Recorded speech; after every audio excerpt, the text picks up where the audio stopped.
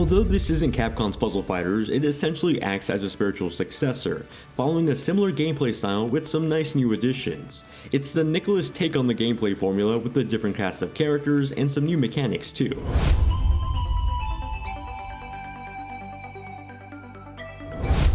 When it comes to the story, this was partially phoned in. You see, the presentation for a puzzle game like this is impressive, but the writing is lackluster. To be fair, I didn't really expect a grand story out of this, so to say there's something here is a compliment. Starting Crystal Crisis, you're introduced to a lavish opening narrated by the voice of Optimus Prime. The red crystal. The raw fusion of madness and power. Who tells you the story of a power crystal and a group of baddies after its power.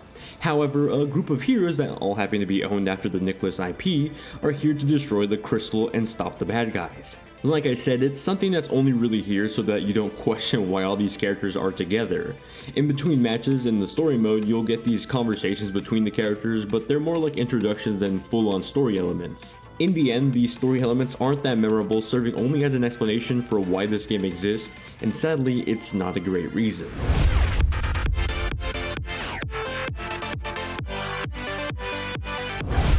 Its story isn't going to be the reason to pick up Crystal Crisis, although its gameplay surely might be. It follows a very similar gameplay scheme to Capcom's popular puzzle fighter games. You get a series of colored blocks in pairs of 2. Every once in a while you'll also get these colored crystals that destroy the matching colored blocks touching them. It's a formula that's been proven to work before, and that's no different here. It's not just a one-to-one copy though. New to this take on the formula is the ability to split blocks between the left and right sides of the screen. Suddenly you're able to break apart your pairs of blocks on the side, letting you better manage your grid. I'm not sure if this is the first puzzle game to do this, but it definitely changes the meta of the gameplay. In more competitive play, perhaps in tournament level, it could be a great mechanic to see in action. Speaking of new mechanics, as you begin to set up your grid for combos, you'll earn points that fill up your super gauge. Every character has a super that either is offensive or defensive, acting as a trump card in a dire match situation. They add an interesting twist to the gameplay, but they all operate differently depending on the character. A pro of that is that every character can feel a bit different from another, but a con is the balancing of the supers.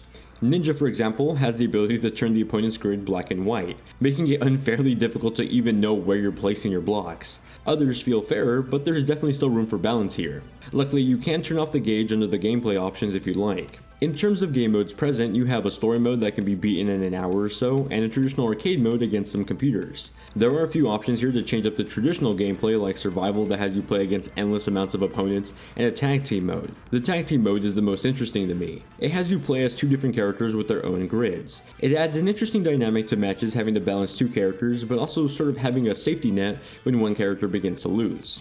Those are the single player modes, but there are multiplayer options here too. You can either play online or local, though I wasn't able to test the online servers. I couldn't find a single match when I was reviewing the game, although I think that's because the player count is so low right now.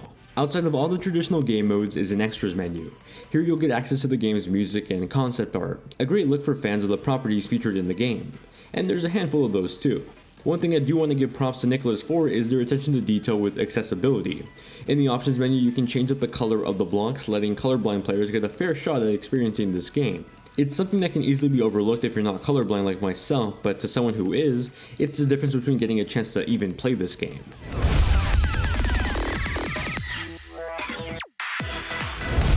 Crystal Crisis is perhaps one of the most lavish and also boring looking puzzle games when it comes to presentation.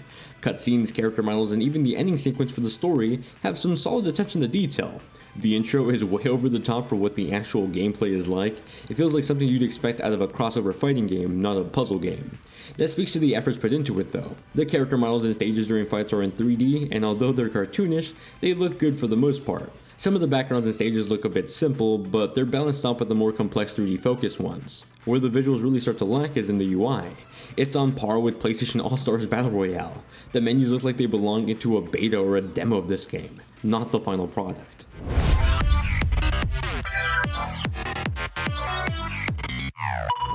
Crystal Crisis features some music inspired across the different IPs encompassing the character roster. Each stage featured here gets a unique track that encapsulates the setting. Sadly, I didn't really find any of the tracks all that memorable. In fact, it was hard to hear a lot of them over the mixing of sound effects over them.